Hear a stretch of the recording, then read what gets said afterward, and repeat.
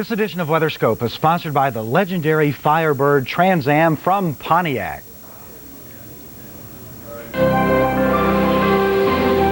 This is WeatherScope.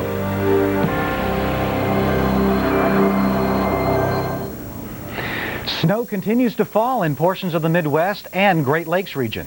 And that's our top story this afternoon. Welcome to WeatherScope. I'm Bob Stokes. For the latest conditions in that part of the country, let's join Mike Bono in the Forecast Center.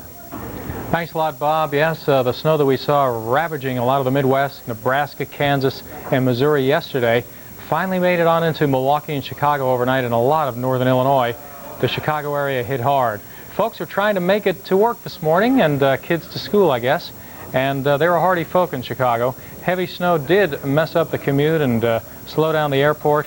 Folks stuck in traffic jams for hours on Monday morning. You can imagine even with dry ground, but this morning, really rough.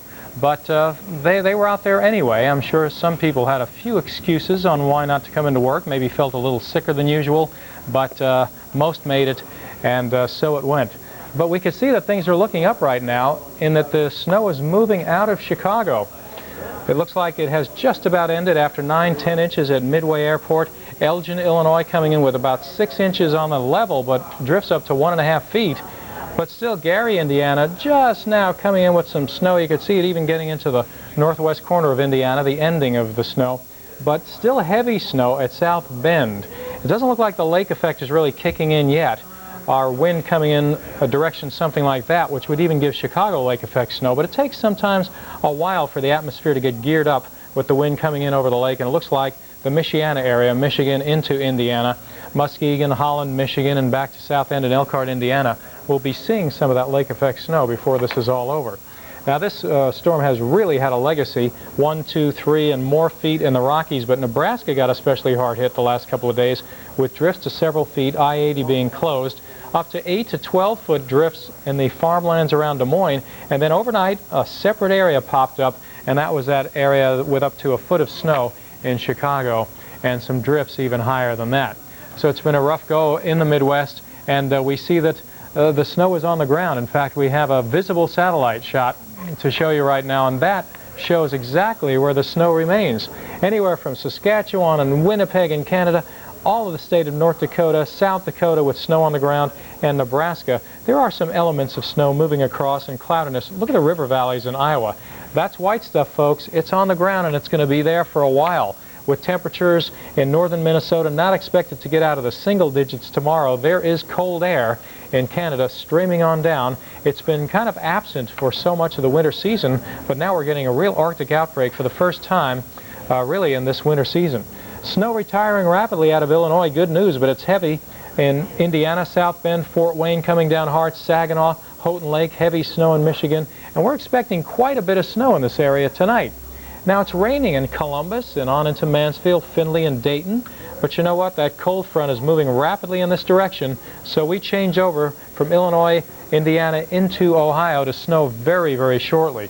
The cold air is already in Chicago with 28, 16 in Des Moines, 15 in Lincoln. It's still 46 in Cleveland and in the 60s in Boston, but it feels like 21 below in Des Moines, 20 below in Lincoln, 37 below in Fargo, and there's blowing snow in the air, and that makes it feel even colder in the Great Plains.